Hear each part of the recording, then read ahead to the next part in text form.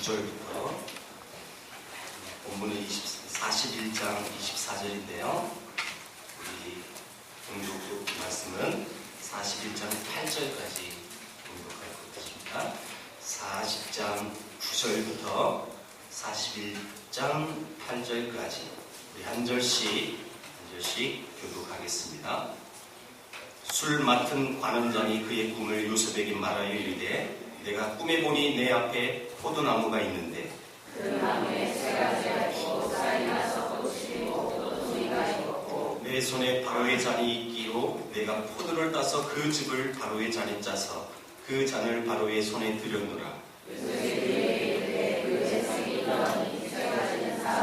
지금부터 사흘 안에 바로가 당신의 머리를 들고 당신의 전직을 회복시키리니 당신이 그 전에 술 맡은 자가 되었을 때 하던 것 같이 바로의 잔을 그의 손에 드리게 되리이다. 당신이 잘 되시거든 나를 생각하고 내게 은혜를 베풀어서 세상을 바라게 하여 이 집에서 나를 건져주소서. 나는 히브리 땅에서 끌려온 자여 여기서도 옥에 갇힐 일은 행하지 아니하였나이다. 떡국은 관원장이 그의 속이 좋은 것을 보고 요셉에게 이르되 나도 꿈에 보니 흰떡새 광주가 내 머리에 있고 맨 윗 광주리에 바로를 위하여 만든 각종 구운 음식이 있는데 새들이 내 머리 위에 광주 위에서 그것을 먹더라. 요셉이 대답하여 그곳에서 먹으라니 새 광주리는 사흘이라. 지금부터 사흘 안에 바로가 당신의 머리를 들고 당신을 나무에 달리니 새들이 당신의 고기를 뜯어 먹으리다 하더니 제사는 바로의 세니라. 바로가 그의 모든 신하를 위하여 잔치를 베풀게 술 맡은 관원장과 떡국는 관원장에게 대신하는 머리를 들게 하니라. 바로의 술 맡은 관원장은 전직을 회복하매 그가 잔을 바로의 손에 받들어 드렸고 떡국는 관원장을 빼앗으니 요셉이 그들에게 성과와 같이 되었으나 술 맡은 관원장이 요셉을 기억하지 못하고 그를 잊었더라.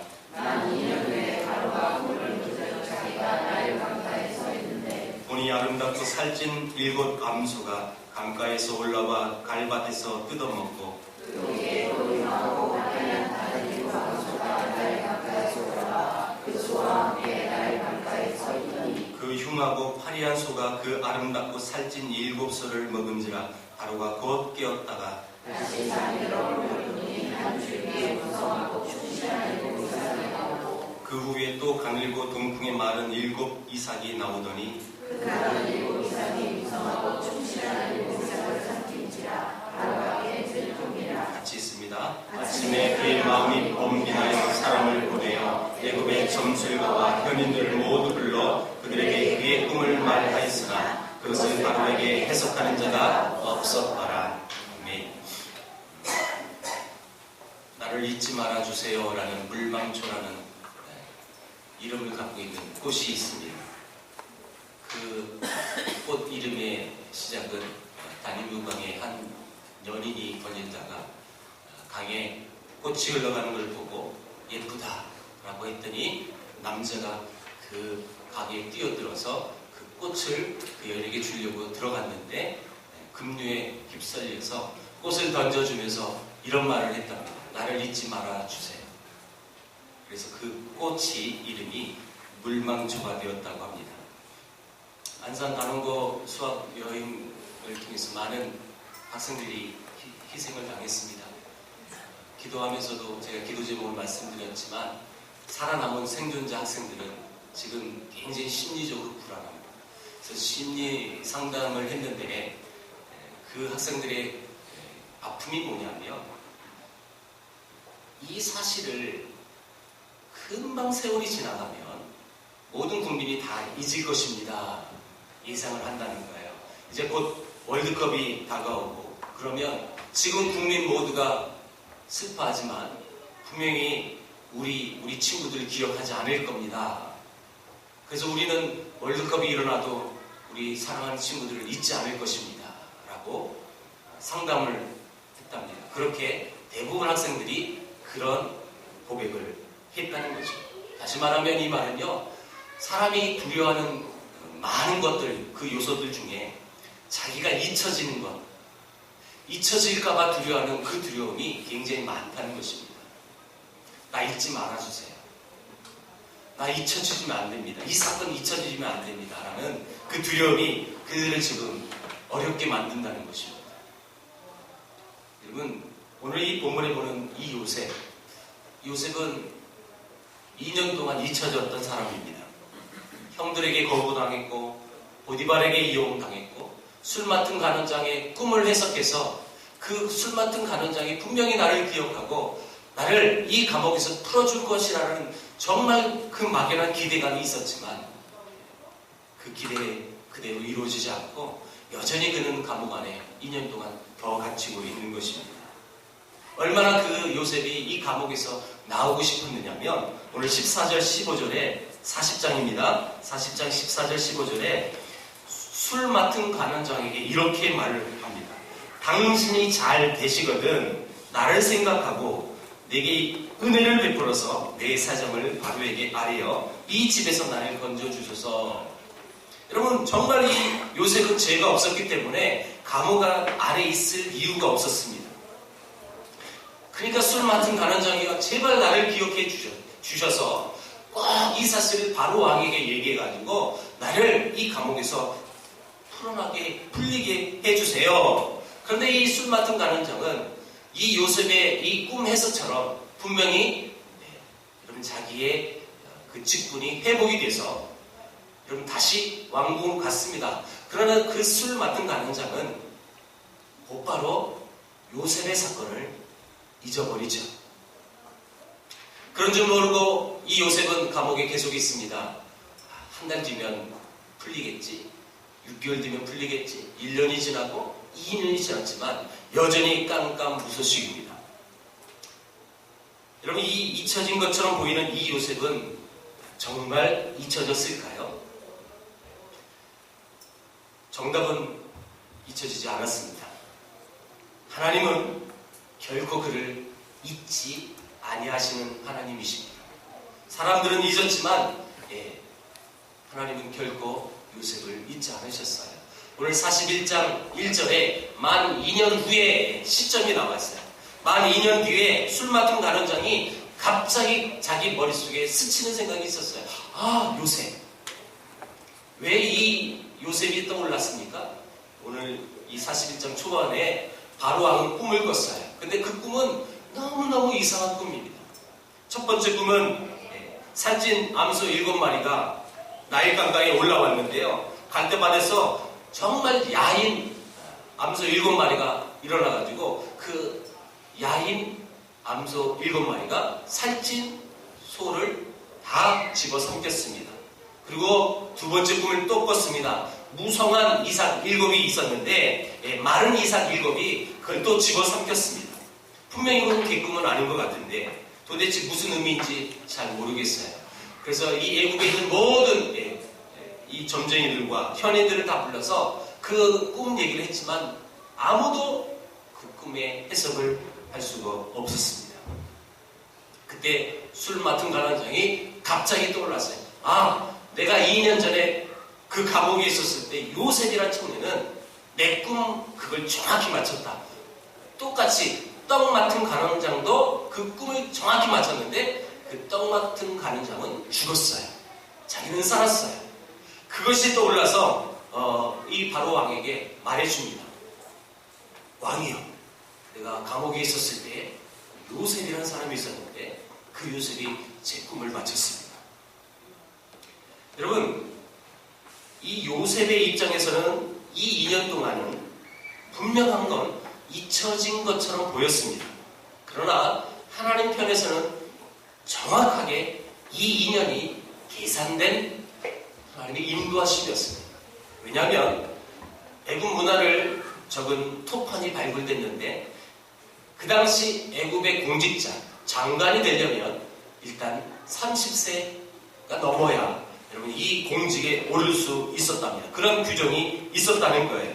그런데 이 바로가 꿈을 꾼 것은 여러분 또 술 맡은 간원장의 기억이 살아난 그때가 정확하게 요셉이 30세가 되던 해입니다.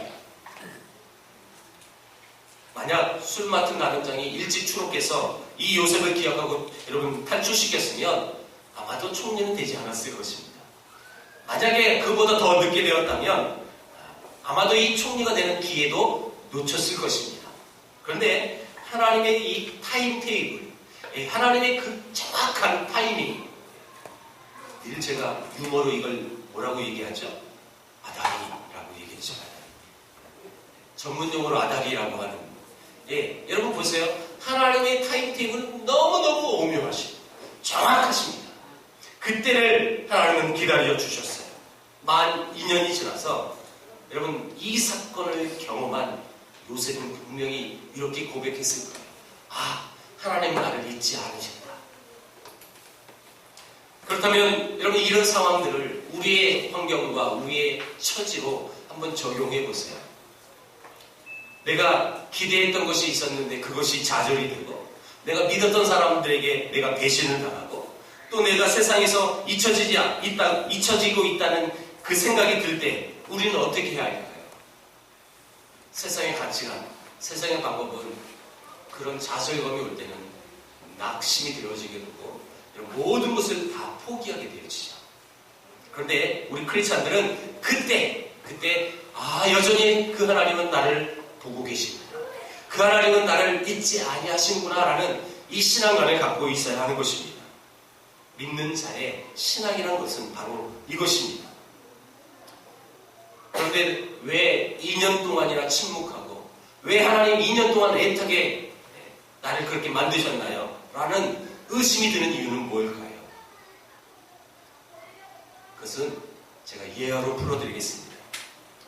철수라는 아이가 있었는데 그 집은 식당을 했습니다.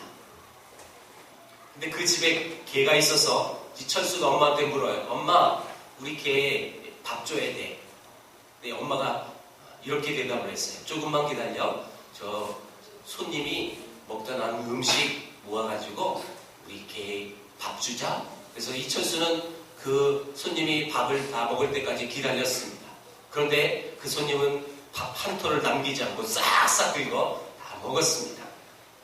철수는 그 모습을 보고 엄마한테 울면서 이렇게 얘기했습니다. 엄마, 저 사람이 우리 개 밥 다 먹어. 라고 얘기했어요. 여러분, 이 예화가 어떤 뉘앙스를 갖고 있습니까? 철수라는 이 아이는 자기 관점에서만 보는 거예요. 그렇죠? 밥 남으면 그 밥 남은 걸 개에게 밥을 주겠다라고 했을 때 그 식당에 찾아온 그 손님은 자기 돈 주고 사 먹는 밥인데, 그래서 다 먹었는데도 불구하고 이 아이는 개 밥으로 여기는 거죠. 여러분, 이것이 인간적인 관점으로 보는 시각입니다. 자기의 모든 문제를 형들의 시기와 미움 때문에 벌어졌다. 이 보디발의 아내가 거짓말 때문에 내가 이 감옥에 갇혔다. 술 맡은 간원장이 나를 기억해 준다고 해놓고 그놈이 나를 기억하지 못했더라. 라는 이런 관점으로 자기 중심으로만 생각하면 모든 사건이, 모든 문제가요, 다 꼬이게 되어 있어요. 이것은 하나님을 믿는 하나님의 백성들이 갖지 않아야 될 사고방식입니다. 그렇게 되어지면 다 불평이 되어집니다. 그렇게 되어지면 다 불만이 생겨집니다. 왜 이렇게 됐지?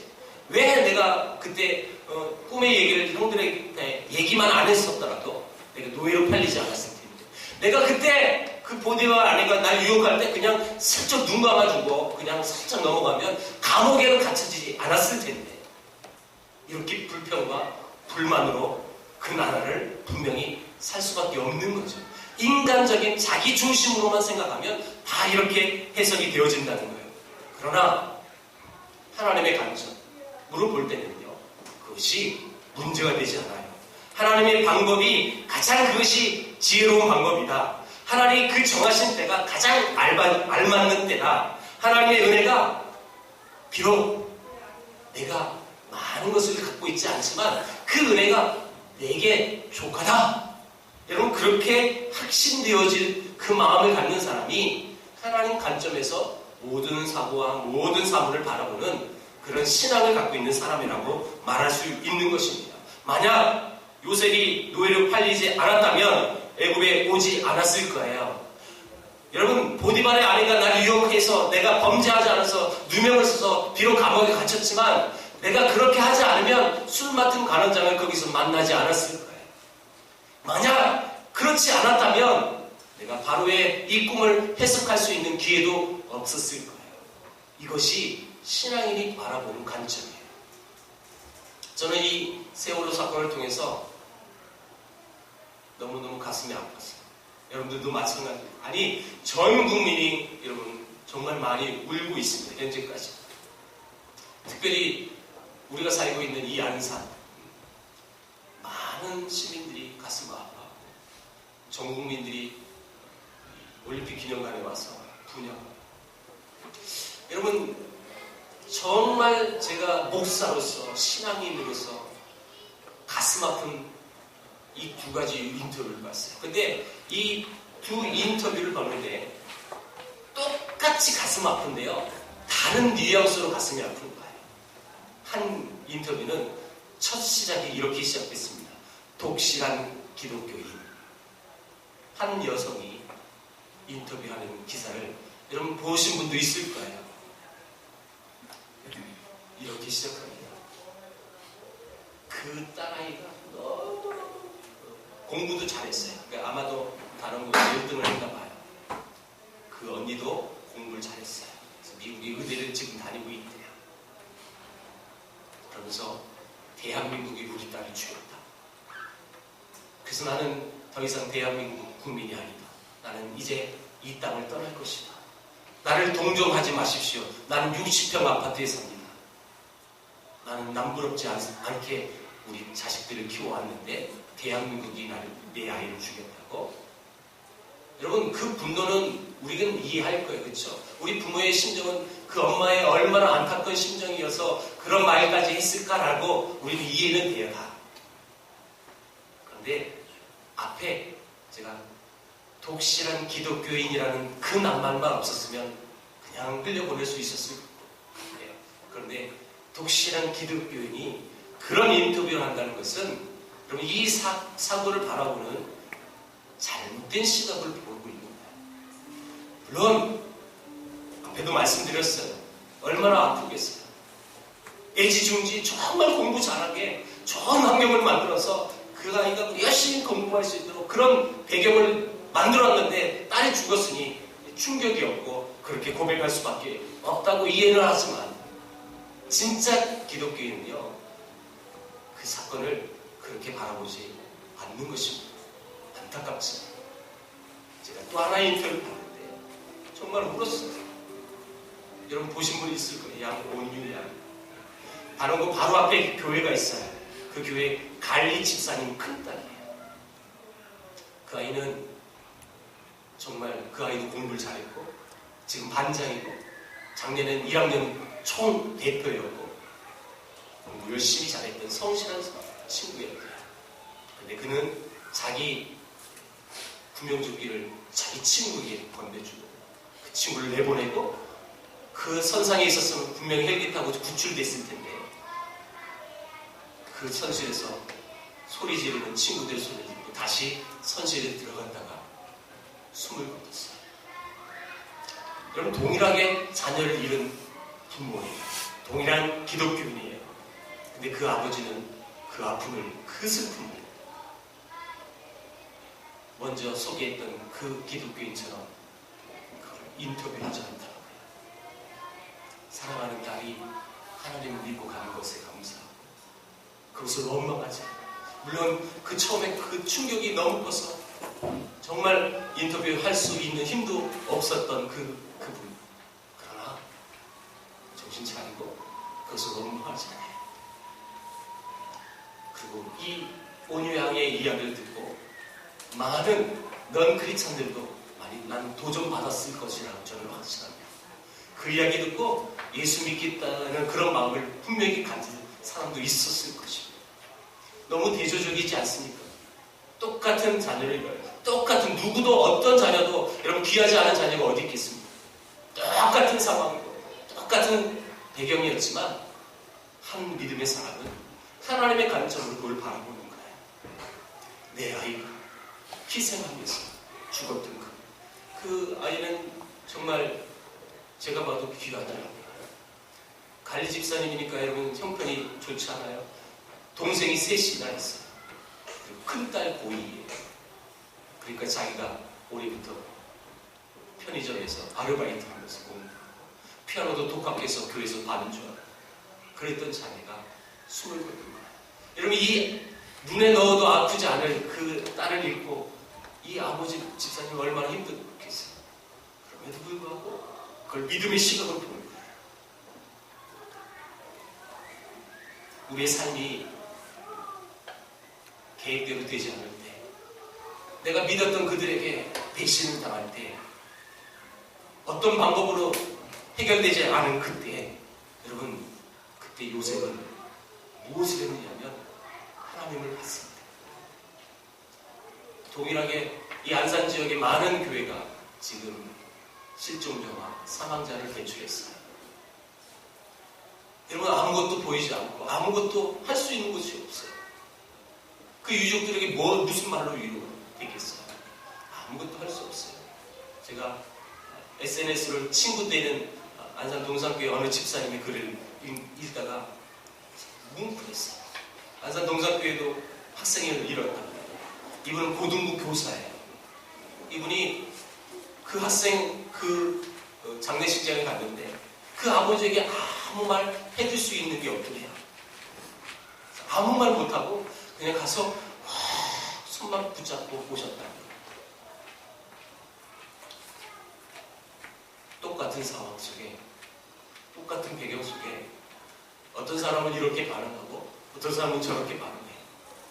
여러분, 이것이 대조적인 것이지만 여러분, 이 사건을 통해서 하나님의 방편으로, 하나님의 관점으로 사고를 하고 그 신앙으로 가는 그런 사람들이 여전히 있다는 것에 저는 희망을 느껴요. 저와 여러분들이 이 본문과 이 안산에 벌어진 이 참담한 이 사건을 통해서 우리가 어떻게 바라봐야 하는가. 여러분, 그래서 앞으로 기도할 때, 여러분 개인적으로 기도할 때 이렇게 기도하십시오. 하나님, 더 많은 믿음의 부모를 세워주옵소서. 이 아픔을 견디고 이 슬픔을 견뎌서 그들이 믿음으로 반응할 수 있는 그 모습을 통해서 세상에 많은 사람들이 하나님 알게 해 주옵소서. 하나님 영광 드러나게 하여 주옵소서. 현실을 받아들여야죠, 이제는요. 그렇죠? 현실 못 받아들이고 계속 살려내라고 여러분 호통치고 그러면 여러분 죽은 자가 살아날 수 없잖아요. 현실을 받아들이게 해달라고 기도하시고 이제 믿음으로 그 사건을 바라볼 수 있는 신앙 주옵소서. 그래서 안산 이 모든 이 교회들이 이 사건을 통해서 하나님을 경험하고 또 그 하나님 앞에 더 열심히 여러분 성장할 수 있는 은혜 달라고 기도해 주십시오. 이것이 하나님 보는 사물을 보는 사고를 보는 관점이 바로 이런 관점입니다. 우리가 사람에 대해 실망하고 또 어떤 상황에 대해서 실망할 때 여러분 믿음의 사람은 하나님을 바라볼 수가 있는 것입니다. 이런 사람들에게는요 그 고난으로 끝나지 않아요. 그것이 결코 낭비가 아니에요. 여러분 그 인생의 어둠이라고 볼 수 있는 그 터널이요 결코 어둠이 아니에요. 잊혀질 시간이 아니에요. 반드시 그의 열매가 있다는 것입니다. 영국의 한 젊은이가 예수를 믿고 구원받은 다음에 이 마음에 막 열정이 또 끌어오르는 거예요. 근데 그 당시 영국 국교회에 성공회라고 불러요. 여러분 우리나라도 성공회가 지금 많이 있어요. 이 성공회, 영국 국교회는 당시 법이 이랬답니다. 여러분 전도하는 것조차도 나라의 허락받지 않고는 전도를 할 수가 없었대요. 근데 이 젊은이는 예수 믿고 너무너무 좋은데 왜 복음을 못 전하게 만드냐는 거예요. 목숨 걸고 길거리에서 복음 전하고 열심히 열정적으로 살고 하는데 결국 그는 감옥에 갇혔어요. 그럼에도 불구하고 감옥에서 실망하지 않고 기도합니다. 그러면서 자기 모습을 보면서 우리 인간의 인생이 어떤 것인지 쭉 해석할 수 있는 기회가 생긴 거예요. 한 인생이 하나님을 만나고 그럼에도 불구하고 수많은 박해와 어려움이 있지만 그 하나님으로부터 내 인생의 사고를 바꾸어서 아름답게 천국에 가는 그 모든 인생을 이 감옥에서 이 젊은이는 생각했어요. 그래서 그 이야기를 소설로 글을 썼어요.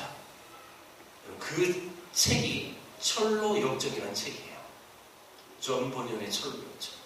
이 존 버년의 철로 역정은 어마어마한 영혼들이 구원되어질 수 있도록 쓰임받은 성경책 다음으로 사용된 책이에요.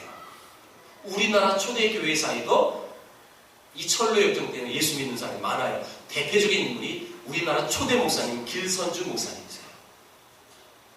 왜냐하면 길선주 목사는 도사였어요. 도사. 원래 도사였는데 이 평양에 선교사가 왔어요. 야, 저 서양 기진들이 뭐 하는지. 그래서 자기 제자를 조사하라고 보내놨는데요. 그 제자가요, 선교사가 어떤 놈인지 연구하다가 복음 듣고 예수 믿어버린 거예요. 그래서 그 선교사가 번역한 철로역정을 그가 들고 와서 스승님 한번 읽어보세요. 그래서 예수 믿은 사람은 길선주라는 사람이에요. 여러분, 이 전 번연이 분명히 감옥 안에 있었습니다. 여러분, 고난이 그에게 왔고요. 어둠이 그에게는 왔습니다. 그러나 그것이 그에게는 결코 낭비가 아니었습니다. 결코 잊혀진 시간도 아니었습니다. 어둠 속에서도 그는 비전을 잃지 않았습니다. 마침내 그 하나님의 구원의 섭리를 붙들고 여러분 바라봤더니 놀라운 하나님의 축복의 도구가 되었다는 것이죠. 요셉의 인생의 문이 닫혔을 때 하나님은 또 다른 작은 문을 열어주셨습니다.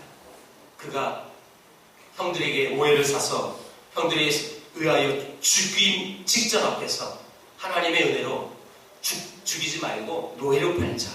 노예라는 여러분 작은 문이 열렸어요. 그래서 보디발 집에 갑니다. 근데 그 집에서 또 작은 문이 열려요. 여러분 성실히 일했더니 그를 믿고 가정 총무를 맡겨요. 그러던 도중에 보디발의 아내의 유혹을 여러분 그걸 넘어가지 않고 당당히 하나님 앞에서 죄를 범할 수 없다고 당당히 그 자리에 뛰쳐나왔는데, 그래서 감옥에 갇혀서 오히려 더 어둠의 길을 갈 수밖에 없던 그에게 또 작은 문이 열려요. 또 성실히 일을 했더니 이 전옥의 살림을 그에게 다 맡기는 작은 문이 열렸어요.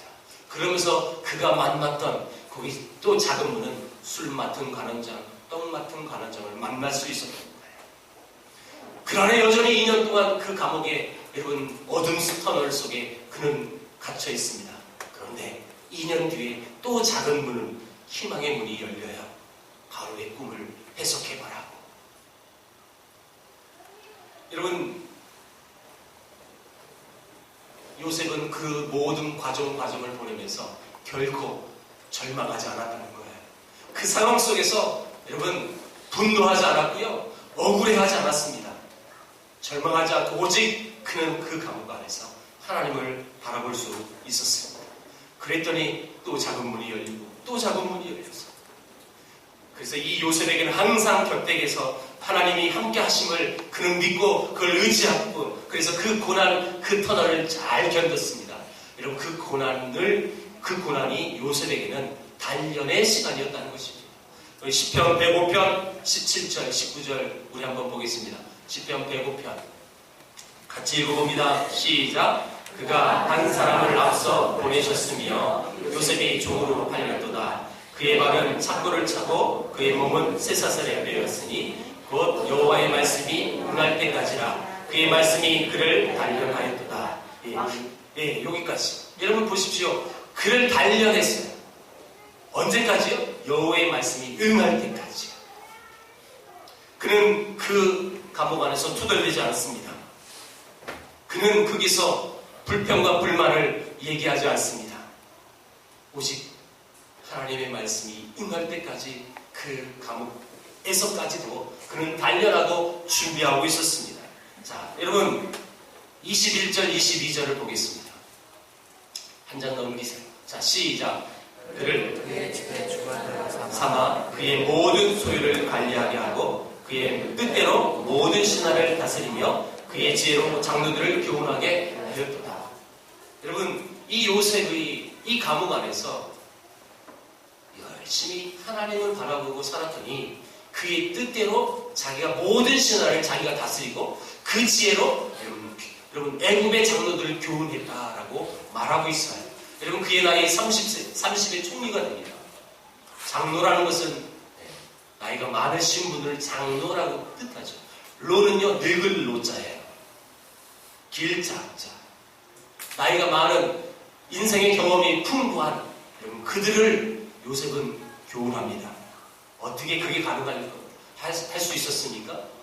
수많은 어려움과 수많은 어둠의 터널을 지나면서도 불구하고 그는 인생의 구름이 그의 앞에 여러분 찾아왔을 때에도 그는 비전을 잃지 않았습니다. 그는 하나님을 포기하지 않았습니다. 때와 장소 불문하고 오직 그는 하나님 앞에 섰습니다. 그리고 결국 그는 축복의 도구가 되어집니다. 이 믿음의 비전을 잃지 않는 아름다운 사람의 태도가 바로 이 모습인 거죠. 오늘 이 바로가 우리가 본문을 지금 읽지 않은 본문인데요. 한번 15절 찾아보세요. 41장 15절. 바로가 요셉에게 이르되 내가 한 꿈을 꾸었으나 그것을 해석하는 자가 없더니 들은즉 너는 꿈을 들으면 능히 푼다 하더라. 지금 이 바로가요 요셉의 정보를 알고요 이 요셉에게 이런 말을 해요. 너는 모든 꿈을 다 해석한다며 너는 그런 능력자라는 것을 내가 들었어 라고 했을 때 그럼 보통 사람은요 그렇죠 내가 좀 한 해석을 하죠. 뭔데요? 한번 말해보세요. 내가 다 맞춰볼게요. 해보세요. 보통 인간은 그렇게 반응할 텐데 요셉은 그렇게 반응하지 않아요. 16절입니다. 다 같이 읽겠습니다. 16절 시작. 요셉이 바로에게 대답하여 이르되 내가 아니라 하나님께서 바로에게 편안한 대답을 하시리이다. 여러분 내가 했어요. 내가 좀 능력이 있거든요. 한번 해보실래요? 이렇게 안 하고 내가 아닙니다. 그 꿈의 해석을 할 수 있는 분은 오직 하나님이십니다. 그 하나님이 해석해주면 바로의 그 마음이 불편한 마음이 편안해질 거예요. 내가 하는 것이 아닙니다 라고 고백하는 그 사람이 요셉입니다. 여러분 이것이 믿음의 비전을 잃지 않은 하나님의 사람의 태도라는 것입니다. 그뿐 아니에요. 25절, 28절, 32절에 그는 계속 반복합니다. 이 바로의 꿈은 하나다. 하나님이 그가 하신 일을 보이신 것이라고. 하나님이 하신 일을 보이신 것이라고 계속 3번씩이나 반복하는 게 요셉이에요. 내가 마치는데요. 내가 마친 게 아니래요. 하나님이 하신 거예요. 바로 이거예요. 그는 모든 사람들 앞에서 하나님 중심으로 인생을 살아가는 요셉입니다. 술 맡은 가르장 만나가지고 왜 2년 동안 날 기억 못해서 이렇게 여러분 탄원하지 않았어요. 오직 하나님 중심에서요. 그리고 내가 하지 않았다고 하나님이 하셨다고 고백해요. 주님이 하셨어요. 주님이. 여러분 이 고백이 결코 쉬운 고백이 아니고요. 여러분 우리가 매일 예배 드릴 때마다 하는 이 고백이요. 그냥 입술로만 고백하지 마시고요. 정말 마음의 중심으로 고백하고 인사했으면 좋겠어요. 우리 다시 한번 인사하겠습니다. 주님이 하셨습니다. 주님이 하셨습니다. 내가 한 게 아니에요. 내가 있는 것, 여러분들이 그 은혜가 있는 것, 주님의 은혜예요. 우리의 능력이 아니고요. 우리의 지식이 많아서도 아니고요. 우리가 재산이 많아서도 아니고 우리가 명예가 있어서 아니고 그 모든 건 주님이 하셨어요. 이게 요셉의 중심이었어요. 여러분 이런 아름다운 이 요셉을 통해서 얼마나 많은 역사가 펼쳐질까요? 여러분 이렇게 믿음의 아름다운 신앙인들을 통해서 하나님은 들어 사용하시고 하나님의 영광이 드러나게 돼 있는데 여러분 이 요셉을 어떻게 바로가 나중에 평가하는지 보세요. 우리 41장 한 장을 넘겨보세요. 38절, 39절 다 같이 읽어봅니다. 시작. 바로가 그의 신하들에게 이르되 이와 같이 하나님의 영에 감동된 사람을 우리가 어찌 찾을 수 있으리요 하고 요셉에게 이르되 하나님이 이 모든 것을 내게 보이셨으니 너와 같이 명철하고 지혜 있는 자가 없도다. 요셉이 내가 맞췄어요 라고 했으면 아마도 이 평가는 없었을 거예요. 근데 그 모든 것은 하나님이 내게 알려주셔서 그것을 베어냈을 뿐입니다 라고 했을 때 여러분 이 바로 왕은 이 요셉에게 이렇게 얘기합니다. 성령에 감동된 자는 이런 자를 어디서 찾아볼 수 있겠느냐. 내가 너를 보니까 너와 같이 명철하고 지혜 있는 자가 이 애국에는 없다. 여러분 이 고백이 무슨 고백이냐면 믿는 자를 통하여 그 믿는 자의 하나님이 여러분 믿지 않는 사람에게 여러분 보여진다는 뜻이에요. 그리고 그 하나님을 그도 인정한다는 뜻이죠. 아까 제가 예언을 드렸어요. 그 교회 관리 집사는 그 모습을 통해서 하나님의 영광이 드러나는 거예요. 똑같은 사고를 당했지만 이렇게 믿음을 통하여 하나님의 관점으로 보고 그 신앙으로 이겨내려고 했던 그 신앙을 통하여 하나님은 나타나게 돼 있어요. 여러분은 어떤 삶을 살고 계십니까? 또한 어떤 삶을 살고 싶으십니까? 그는 복수하지 않아요. 왕이요, 제가요 억울하게 2년 동안 옥에 갇혔던 이유는 저 보디발의 아내 때문에 그렇습니다. 그리고요, 보디발은 내가 죄가 없음을 알고도 계속 나를 방치해줬습니다. 왕이요, 내가 왕의 꿈을 해석한 그 대가로 저 술 맡은 가늠자 저놈이 2년 전에 나를 알았음에도 불구하고 나를 신원시켜주지 않았어요. 왕이요, 내게 훈장격으로 저놈들 다 처벌해 주세요. 여러분, 요셉은 그렇게 그 사건을 마무리하지 않아요. 요셉은 그에 대한 부분을 전혀 언급하지 않습니다. 오직 하나님의 중심으로 살면서 하나님이 하셨습니다. 내가 아닙니다. 하나님이 하셨습니다. 그렇게 겸손하게 나갔더니 그가 믿는 하나님이 믿지 않는 자들에게 인정이 된다는 뜻이에요. 여러분, 이것이 복음이에요. 이것이 복음의 능력이고요.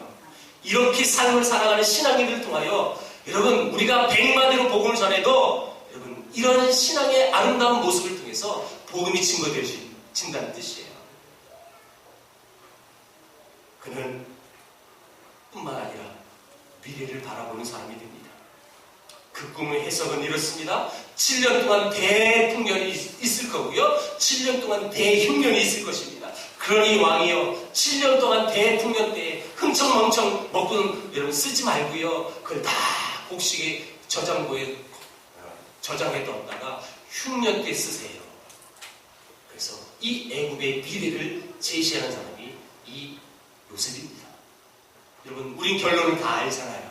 결국 7년 대풍년, 그 다음에 7년 대흉년이 나서 흉년 기간 동안 이웃 나라는 먹을 게 없어서 다 굶어 죽을 때 애굽만은 든든했어요. 이것이 성령에 감동된 사람의 모습의 특징이에요. 억울한 일은 하나님 앞에 다 맡깁니다. 여러분, 그리고 믿음의 비전을 말하고요, 미래를 향해 나갈 수 있는 사람, 그게 성령에 감동된 사람이에요. 믿음 없는 사람은 항상 자기가 받는 그 손해에 집중합니다. 그리고 자기 이익에만 집중합니다. 그러나 성령의 사람은 비전을 말합니다. 그리고 그 비전의 사람은 이웃을 감동케 만들죠. 그리고 그 감동이 그들의 심정 속에 복음이 심겨줄 수 있는 매개체가 된다는 거예요. 여러분, SNS를 통해서 한 장로님의 기도문을 읽으셨을 거예요. 안산 동북교회 김영산 장로님 아들 정민이가 이번 사고로 숨을 거다. 그런데 안산 동북교회가 정말 우리 교회에 가깝더라고요. 이 성당 바로 옆이에요. 정말 가깝죠. 그 김영산 장로님은 이렇게 글을 썼습니다. 요나가 물고기 뱃속에서 하나님의 계획을 깨닫고 회개하고 나온 것처럼 돌아와도 감사하고, 그리 아니하실지라도 정민이가 하나님의 자녀로서 구원받은 것에 감사합니다.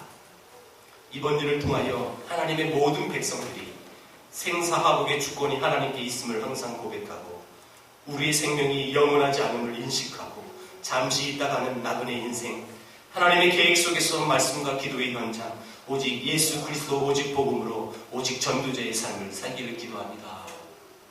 그 글이 그분의 인터뷰를 통해서 많은 사람들에게 알려지고, 아마도 지금 한국교회 모든 교회들은 아마 이 김영선 장로님의 이 글을 아마도 예하로 읽고 있을 것입니다.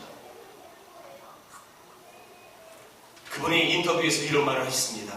저와 같이 슬픔을 당한 이들과 참혹한 사고로 하나님을 원망하고 있을 이들에게 하나님의 사랑을 알리고 싶어서 이 글을 썼다고 그분이 인터뷰해요. 여러분, 요나처럼 거기서 뱃속에서 회개하고 돌아와도 감사하고요, 그리 아니하실지라도, 돌아오지 않더라도 내 아들이 하나님 믿어서 구원받은 그것 하나로 하나님 감사합니다 라고 그 글을 썼어요. 크리스찬들이 이 일을 통해서 힘을 얻고 믿음을 얻게 되는 계기가 되게 해달라고 기도하면서 이 글을 썼다고 그는 또 얘기합니다. 그리고 마지막으로 그는 이렇게 얘기했어요. 아빠는 정말 예수 믿었던 너 때문에 오히려 감사하고 행복하다. 죽은 아들을 떠오르면서 너 때문에, 예수 믿었던 너 때문에 오히려 내가 감사하다. 그리고 너 때문에 행복하다. 사실 일부 예배 때 이 글을 읽으면서 좀 많이 울어가지고 2부 때는 안 울기로 작정을 했습니다. 여러분, 이 김영선 장로님, 우린 잘 모르지만 이 글의 파급 효과는 반드시 있을 거라 저는 확신합니다. 믿는 자가 이 사고를 바라보는 올바른 시각을 대표적으로 보여주는 하나의 글입니다. 많은 크리스찬들이 이 글을 읽고 정말 도전이 됐을 거예요. 바로 이거지. 우리 믿는 자가 이 세월호 사건을 통해서 어떻게 바라봐야 할 것인지 여러분 그 가이드라인을 보여주고 있는 거예요. 여러분 이 본문을 보면서 여러분 어떤 마음을 갖습니까? 저는 이 글을 보면서 저도 아빠니까요. 저도 고등학생을 둔 아빠니까요. 상상하기 싫지만 만약에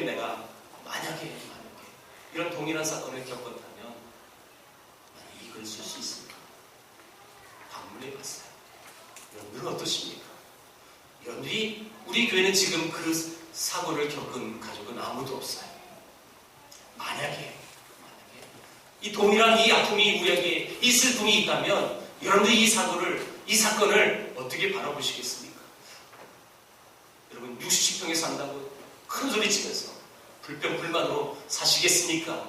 아니면 그리 아니하실지 이렇게 믿음의 글을 통해서 많은 사람에게 하나님의 영광을 드러내기 위하여 애쓰는 한 그 아빠처럼 그런 인생을 살고 싶으십니까? 여러분 어떠시겠습니까? 요셉도 마찬가지예요. 수많은 터널이 그에게 옵니다. 그는 억울했습니다. 여러분 그들을 찾아가서 분노하면서 왜 그랬냐고 따지고 싶을 수도 있었을 것입니다. 그러나 그러지 않았습니다. 묵묵히 그 자리에서 하나님의 사람으로 성령에 감동된 사람이 어떤 삶을 어떤 생각을 갖고 살아가야 하는지를 우리에게 너무너무 잘 보여주고 있는 그 사람이 요셉입니다. 여전히 그는 잊혀진 것처럼 보였습니다. 감옥에 2년 동안 아무 소속이 없었어요. 하나님이 나를 잊으신 건 아닐까라는 생각도 들 수도 있었지만 아니에요. 그는 끝까지 내가 믿는 그 하나님은 나를 잊지 않으신 하나님입니다. 그것을 붙들고 그 감옥에서 불평하지 않아요. 불만하지 않아요. 여러분 추록된 다음에도 불평하지 않고요. 불만하지 않아요. 그것이 하나님을 믿는 하나님의 백성들의 모습입니다. 사랑하는 성도 여러분, 이런 사고를 가졌어요. 잊지 아니하시는 하나님이라는 그 사실을 우리가 우리의 마음속에 반드시 새겨서 어떤 역경과 어떤 어려움이 올지라도 불평하지 않고요. 아름답게 하나님의 영광을 위하여 삶을 살아가는 여러분들이 바랍니다. 그래서 그 삶이요, 그 감동이요, 이웃에게 감동이 되어지는 거고, 그 믿지 않는 자들에게 복음이 되어지는 것입니다. 그 열린 마음속에 복음이 심겨져서 저는 막연하게 이 안산에 엄청난 아픔이 다가와요. 여러분 이 안산 전체가 지금 침울하고 아픔이에요. 안산에 있는 모든 교회가 아마도 동일할 거예요. 여러분 장례를 치렀던 또 7월 교회들이 지금 이 예배 시간에 어떤 마음이겠어요? 온 교회 성도들이 다 울지 않겠어요? 이 시간에 똑같이 울 겁니다. 그런데 저는 막연하게 생각해봐요. 분명히 우리에게는 아픔이에요. 분명히 그건 슬픔이에요. 우리의 말로 형용할 수 없는 안타까움이에요. 그러나 이 안타까움을 통해서 분명 하나님의 믿는 자들을 통해서 이 사건이 아름답게 하나님의 영광이 드러날 것입니다. 그렇게 기도해 주시고 또 그렇게 반드시 일어날 것을 여러분 확신하십시오. 뿐만 아니라 여러분도 그런 삶을 살아가서 하나님 앞에 아름답게 쓰임받는 하나님의 축복의 통로 다 되기를 주의 이름으로 축원합니다. 기도하겠습니다.